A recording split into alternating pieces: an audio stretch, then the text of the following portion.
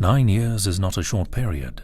It's similar to the period of a child who was born and is now a couple of years into school, or a teenager who is now admitted to university, or a student who has graduated, is married, and is now likely expecting his first child. And so that's the way I preferred to look at the passing of 9 years.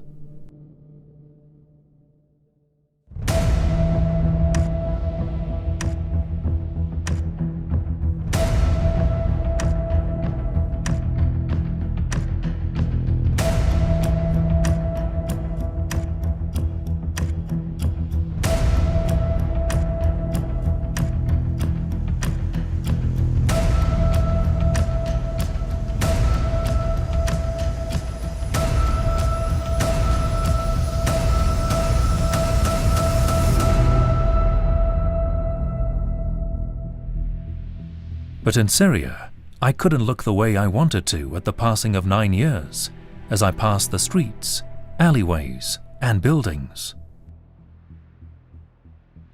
I could only keep myself composed to some extent, as opposed to many others who were in shock and awe when they encountered these scenes. Especially when I saw all of those factories and workshops that used to be full of workers, engineers, and technicians 9 years ago.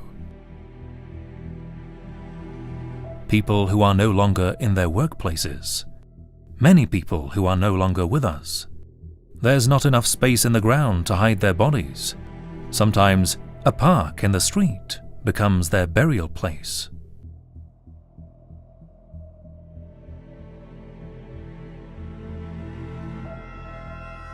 I felt that in Syria, I didn't have the right to speak of anything other than the war for the past 9 years. However, I decided to at least look for answers to why all of this happened in Syria. Why Syria?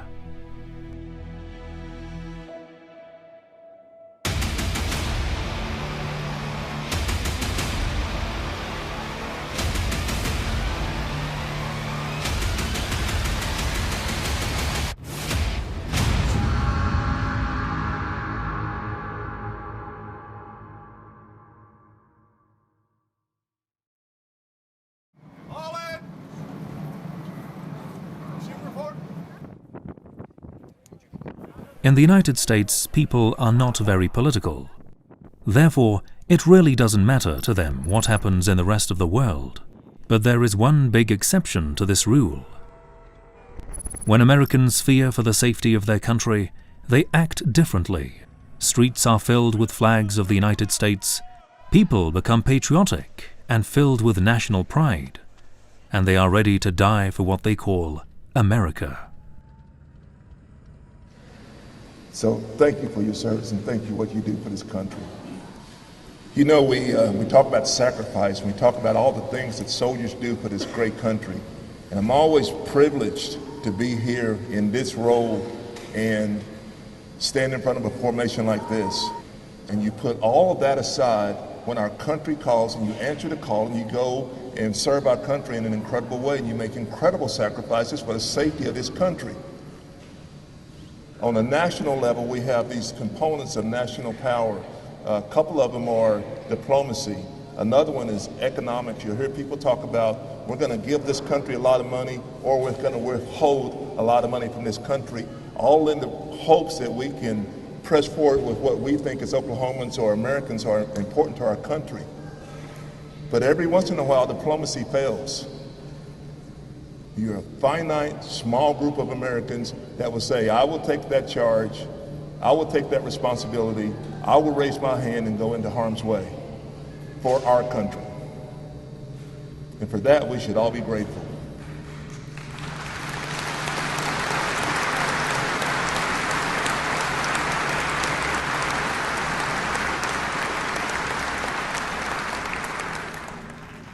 Love you guys.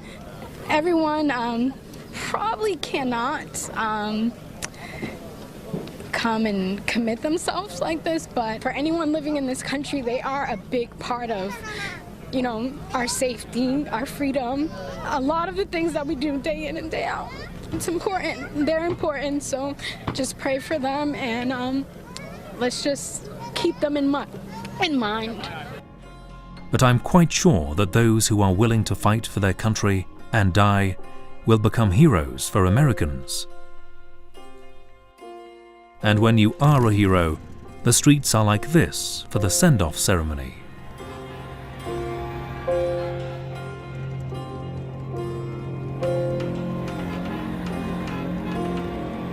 I'm sure most of the people watching this ceremony were asking themselves, which front line will they fight on to defend the United States? Where are these soldiers going?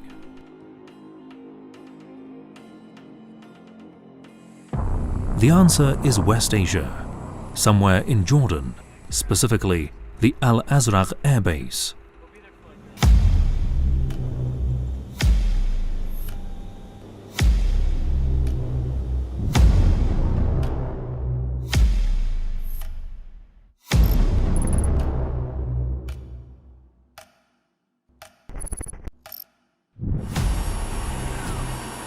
But this is not their final destination. They will actually be deployed to Tanf, which is a US military base in Syria.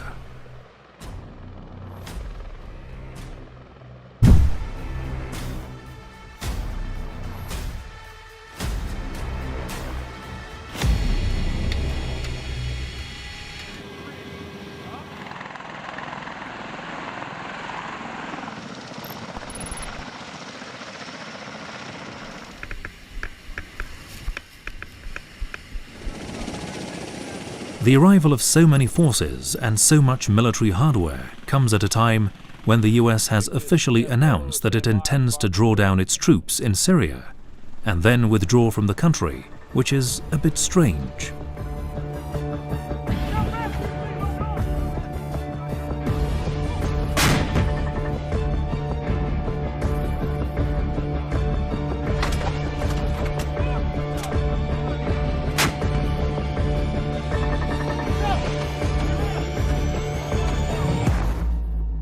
Even stranger is that the Americans have set up a base in the middle of the desert and have enlarged and equipped it to this extent within 2 years.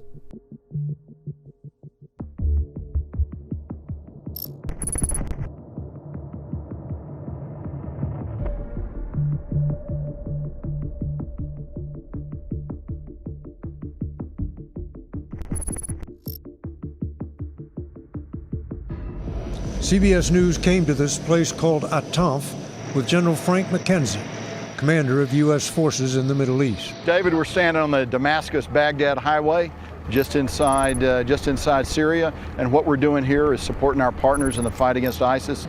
However, not all the people here are American. Some members of Syria's opposition visit the Tanf base regularly. Apart from their looks and uniforms, they can be recognized by their Arabic language and their Toyota vans. It appears they are opposed to the Syrian government and have come together to fight the Syrian army.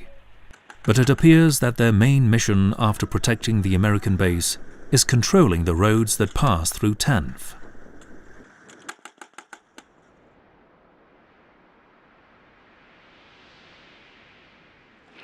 هذه الكتيبة من جيش مقاولة الثورة تقوم بتجهيز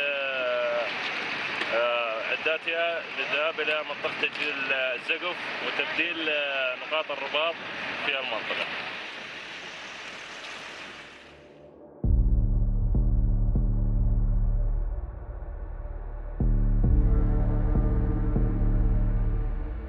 Of course, that's how they describe their mission. But the images of damaged trailers and trucks suggest their main aim is disrupting the traffic on this trade route so that nothing passes through it, especially trucks carrying goods.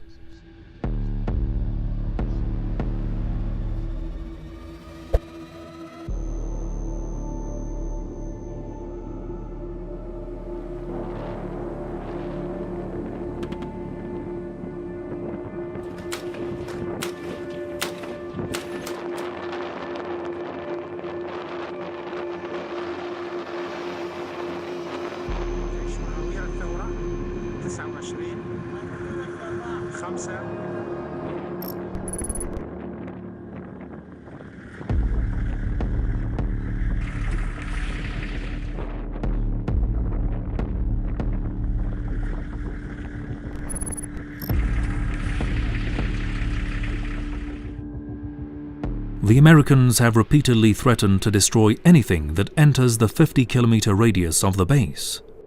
What's strange is that this base is built exactly on a route which is the commercial and economic lifeline of Syria. Let's take a look at the map one more time. Tanf is exactly here, and these red lines leading to the base are the roads used for transporting goods from the east to Syria.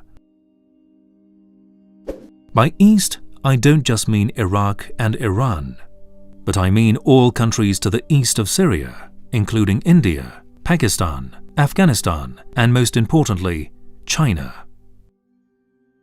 For centuries, the Chinese would use what's called the Silk Road to do trade with Europe and Africa.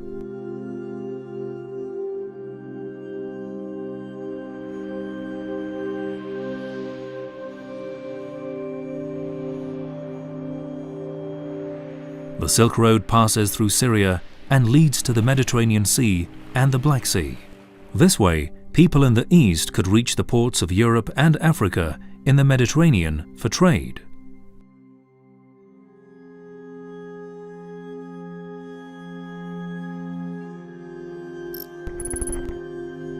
In fact, compared to shipping by sea, the road can get our goods several times faster and cheaper to 22 countries with 100 ports.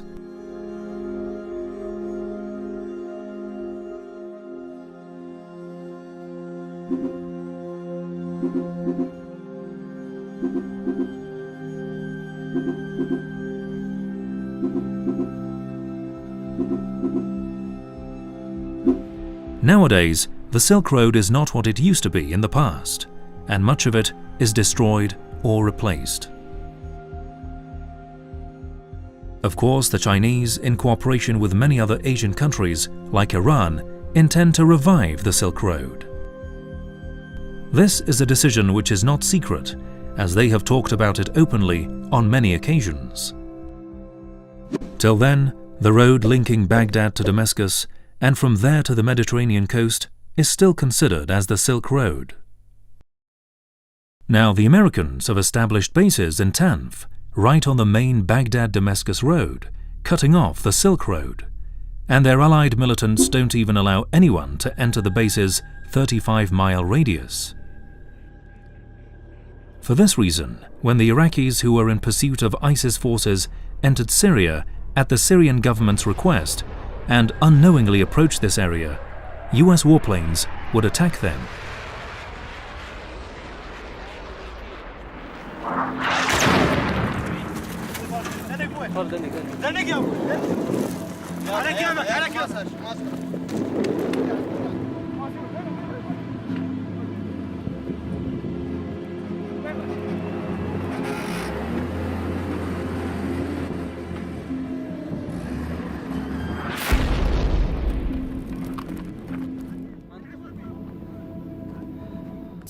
Yeah, I want to go back to the Tanaf operation that took place yesterday. Could you confirm that the targeted Shia militias were Iranians or Hezbollah?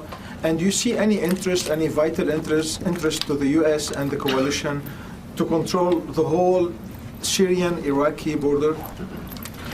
Let me take a stab at this. At Ad Tanf is what you're referring to, the force that moved near Ad Tanf. Is that what you're referring to? That was, again, as the chairman pointed out, self-defense of our forces.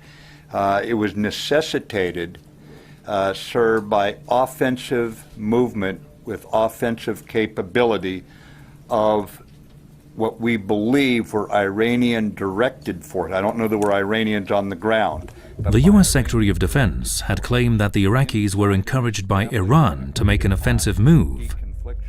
The Iraqis paid a price for the move: the US airstrikes. That meant getting close to Tanf was treated as an attack on US forces. Thus, a US aircraft dropped leaflets over the area, warning against approaching the base.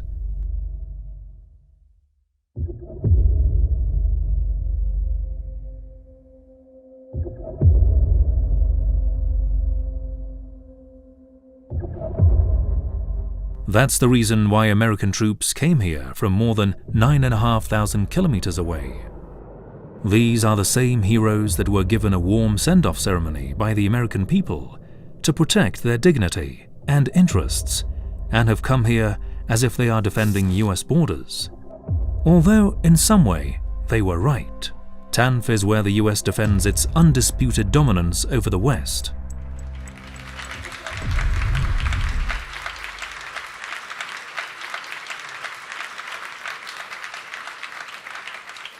A good thing about Trump is that we don't need to try hard to prove many of our claims about the US anymore. On the Iran deal, I think Iran is a different country now than it was 3 or 4 months ago.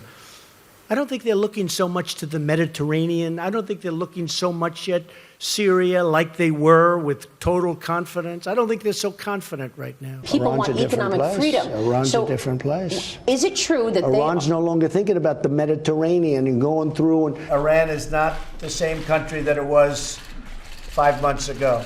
That I can tell you. They're no longer looking so much to the Mediterranean and the entire Middle East. They've got some big problems that they can solve probably much easier if they deal with us. Trump mentions Iran because he knows many people among Syria's armed opposition rely on the US to counter Iran's regional influence.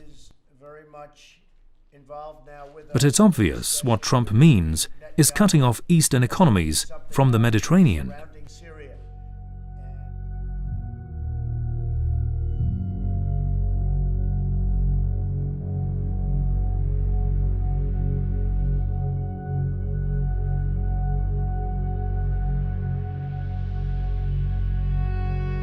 All right, we said all this to show that the war in Syria is not just about ideology and religion. That's just one reason among many. But before we switch to another puzzle, this question comes to mind. When did they exactly decide to wage a war on Syria?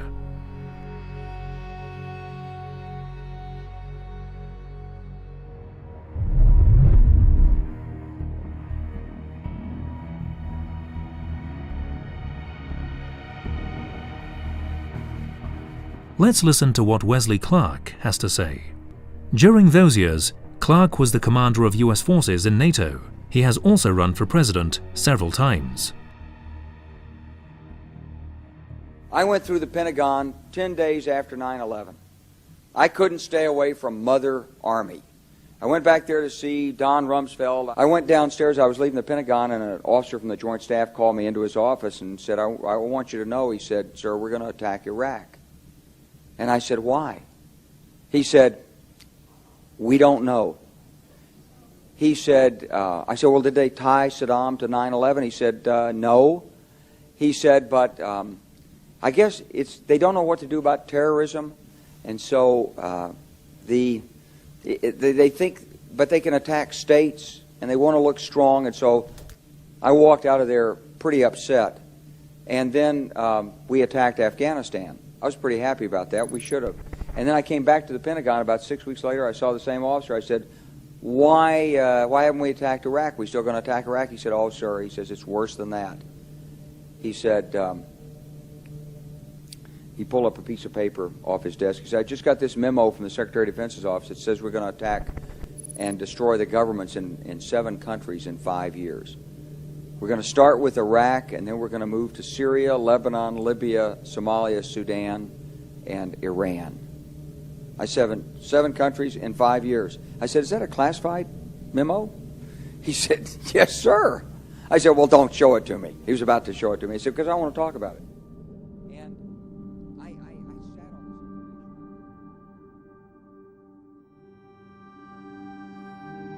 Wesley Clark is not the only person who believes the war in Syria was planned long before it started.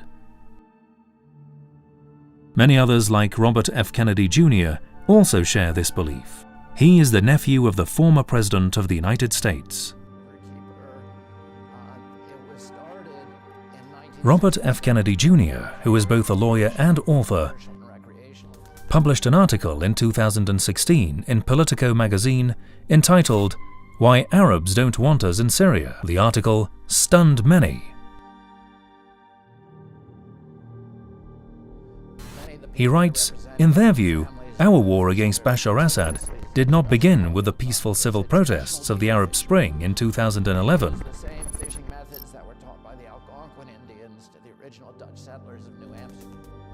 In their view, our war against Bashar al-Assad did not begin with the peaceful civil protests of the Arab Spring in 2011. Instead, it began in 2000, when Qatar proposed to construct a $10 billion, 1,500 kilometer pipeline through Saudi Arabia, Jordan, Syria, and Turkey. To see whether Kennedy's claims are true or false, we go back to the year 2000. As you are aware, Russia is the biggest producer and exporter of natural gas, with Europe being its biggest customer.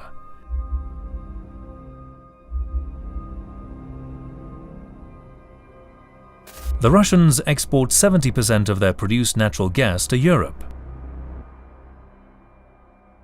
This means a steady source of income for the Russians. Russia has been using this as a tool to put pressure on Europe. For example, when European countries in 2009 sided with Ukraine in its price dispute with Russia's gas company Gazprom, the Russians turned off the gas taps in response, and 10 people died of cold in Europe.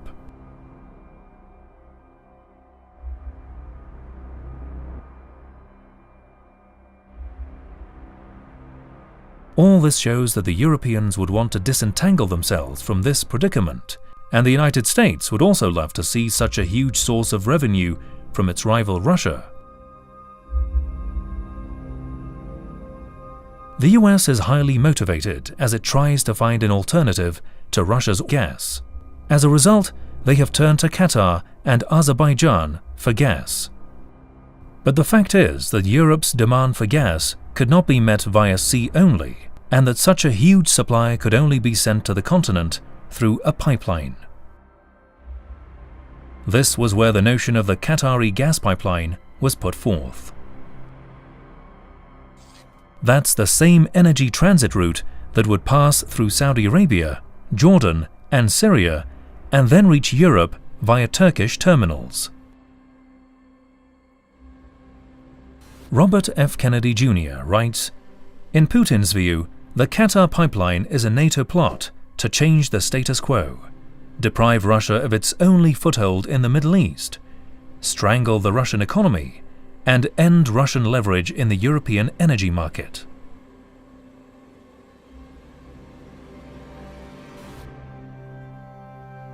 This plan faced a big obstacle: the Syrian government. Elsewhere in his article, Kennedy writes, "In 2009, Syrians announced that they would refuse to sign the agreement to allow the pipeline to run through Syria to protect the interests of their Russian allies. They also announced commissioning of Russian-approved Islamic pipeline with cooperation from Iran and Iraq."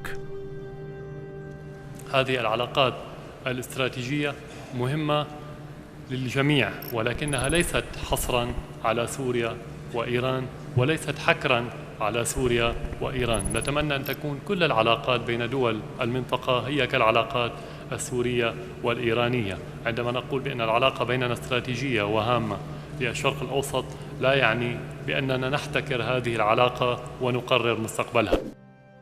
This Islamic pipeline would transport Iran's gas to the Mediterranean through Iraq and Syria, with its final destination being West and Southwestern Europe. The Islamic pipeline project would become a huge source of revenue for Syria and Iraq, as well as Iran.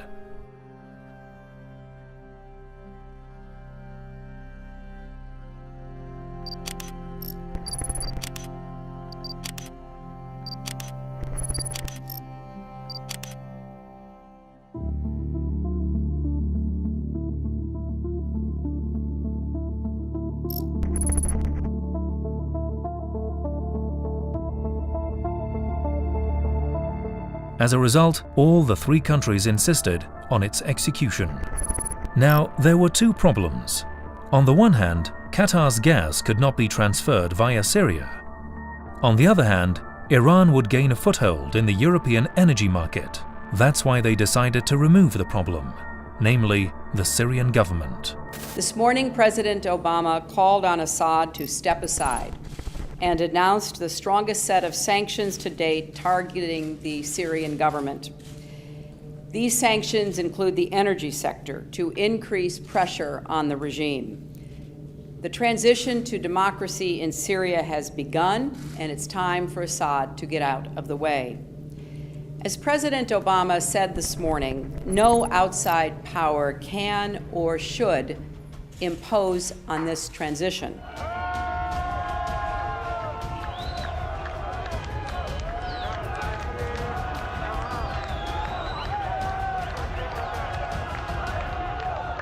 Cables released by the whistleblower organization WikiLeaks show that the Israeli, Saudi, and US intelligence agencies started to give financial and intelligence assistance to the groups seeking to topple the Syrian government. This dates back to 2 years before the onset of protests in Syria. Regardless of the WikiLeaks cables, the most optimistic interpretation is that the 2011 protests over economic and political problems in Syria provided an opportunity to implement the Qatar gas pipeline to the Mediterranean by toppling the Assad government. Thus, the protests in Syria soon turned into a full-blown armed conflict, unlike Bahrain and Tunisia, where demonstrations remained peaceful.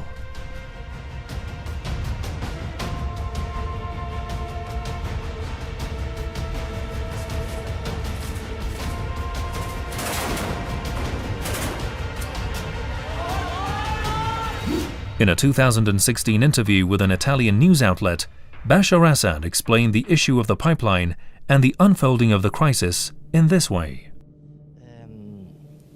Many political analysts think the Syrian no to the pipeline routes proposed by Qatar may be one of the reasons why the war had begun in 2011. How important has been your no to Qatar in the beginning of the war? It is one of the important factors, but it wasn't offered to us publicly. But I think it was planned. There was two routes crossing Syria. One of them is north-south, which is related to Qatar, as you just mentioned, and the other one was east-west to the Mediterranean, that crossed Iraq from Iran. And I don't think many countries who opposed the policy of Syria didn't want Syria to be a hub of power, of energy, whether electricity or oil, or even crossroads of railways and so on.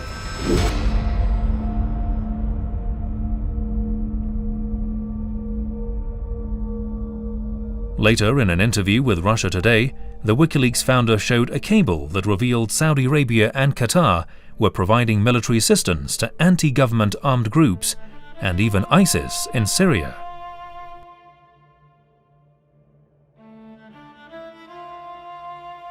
Early 2014 email from Hillary Clinton, so not so long after she left Secretary of State, to her campaign manager, John Podesta. That email, it states that ISIS, is funded by Saudi Arabia and Qatar, the governments of Saudi Arabia and Qatar. Now, this is I think this is the most significant email in the whole collection. And perhaps because Saudi and Qatari money is spread all over the place, including into many media institutions. Under Hillary Clinton, and our Clinton emails reveal significant discussion about it, the largest ever arms deal in the world was made with Saudi Arabia, more than $80 billion. And of course, the consequence of that is that this notorious terrorist jihadist group called ISIL or ISIS is created largely with money from the very people who are giving money to the Clinton Foundation. Yes. It's hard to believe, but thanks to Trump, we can believe much of these stuff. Do you remember when Donald Trump described ISIS as a creation of Obama and Clinton during his 2016 presidential campaign? He is the founder of ISIS. He's the founder of ISIS, okay? He's the founder. He founded ISIS.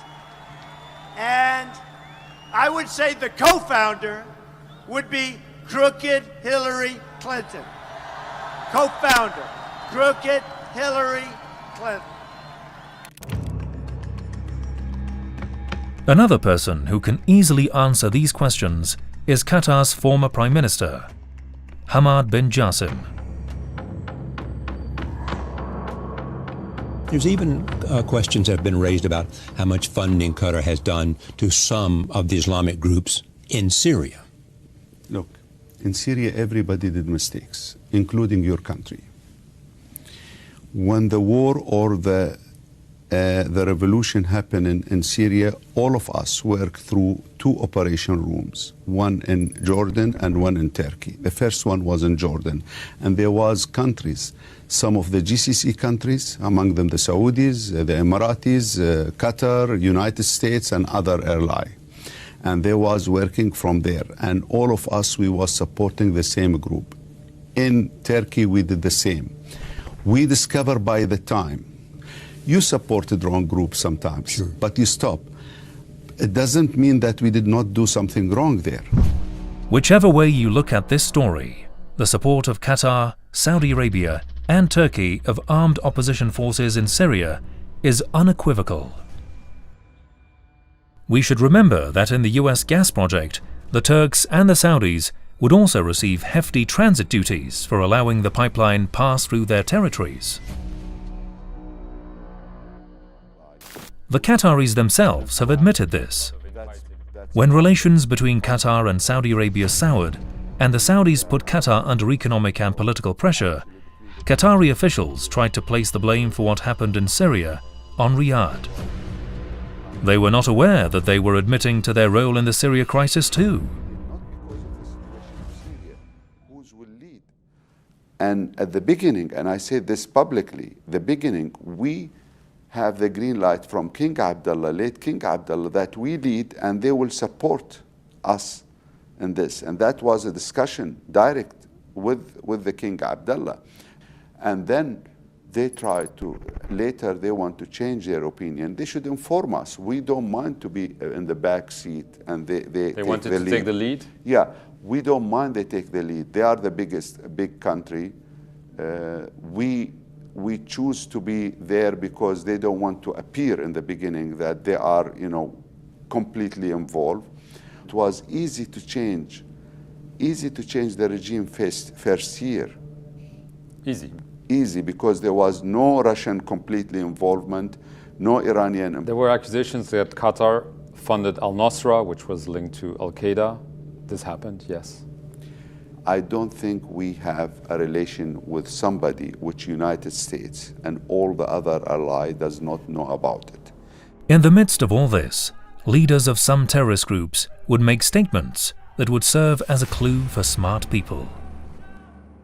Like this one. One of the most prominent propaganda leaders of Jabhat al-Nusra, who was critical of Saudi Arabia for sanctioning Qatar, believes the Qataris were among the biggest supporters of the Syrian opposition from the beginning. مثلا هذه القائمة لأنه كتبت أنا فقط دفاع عن شعب قطر، قلت لا يجوز أن يحاصر قطر.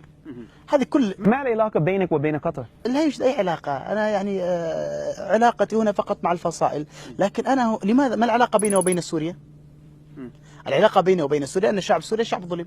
ما العلاقة بيني وبين قطر؟ العلاقة أن شعب قطر لا يجوز أن يحاصر ويمنع عنه منفذه البري الوحيد، فقلت لا يجوز أن يحاصر، خاصة أن شعب قطر عرف بوقوفه مع بالمنظمات الخيرية والإغاثية مع جميع المستضعفين من المسلمين. وكان أي شيء يروح لتركيا، وكان ينسق مع القوات الأمريكية. وكان توزيع كل شيء كان يتم عن طريق القوات الأمريكية والأتراك وإحنا والأخوان السوريين، وكان كل حد موجود العسكريين.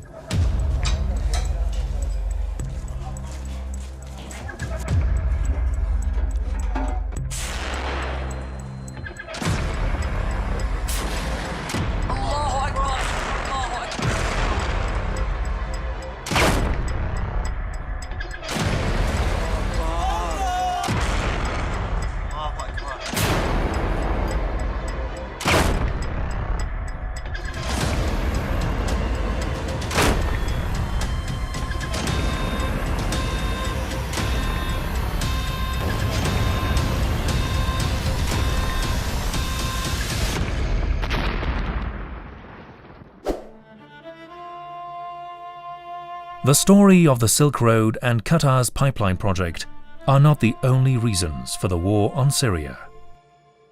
Just look for US military bases in Syria other than Tanf.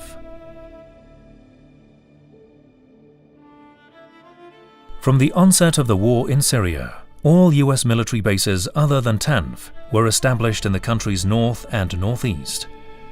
At the time, the US set up the bases under the pretext of helping Syrian Kurds in the face of attacks by terrorist groups, especially ISIS. The Kurds were content with the US military bases and rejected help from the Syrian army.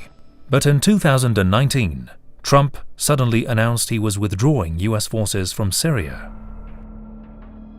However, it was later revealed that the United States was not only planning to pull out their troops, but intended to beef up their military presence in places like Tanf. But we are leaving soldiers to secure the oil. Now, we may have to fight for the oil. That's okay. Maybe somebody else wants the oil, in which case they have a hell of a fight. But there's massive amounts of oil, and we're securing it for a couple of reasons. Number one, it stops ISIS, because ISIS got tremendous wealth from that oil. We have taken it. It's secured. Number two, and again, somebody else may claim it, but either we'll negotiate a deal with whoever's claiming it, if we think it's fair, or we will militarily stop them very quickly. We have tremendous power in that part of the world. We have, the airport is right nearby. A very big, very monstrous, very powerful airport and very expensive airport that was built years ago. We're in that Middle East now for $8 trillion. So we don't want to be... Let's take a look at this map. Nearly all US military bases are close to Syria's oil-rich areas.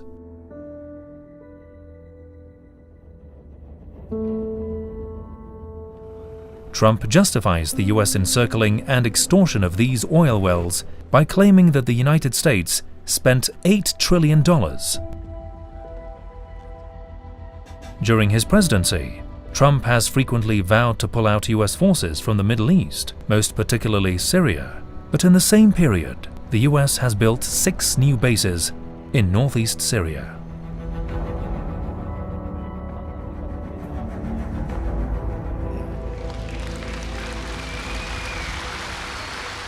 And one of the things that was brought out by the media, actually, and wisely and correctly brought out, we have very few boats going there anymore because we have our own oil and gas. We don't need it from the Middle East anymore. And that's why we're pursuing a future not only of energy independence, but not just words. You know, you've been hearing energy independence for years and years, and you'd hear it. We have real independence. But what we want now is not independence. We want American energy dominance. Dominance.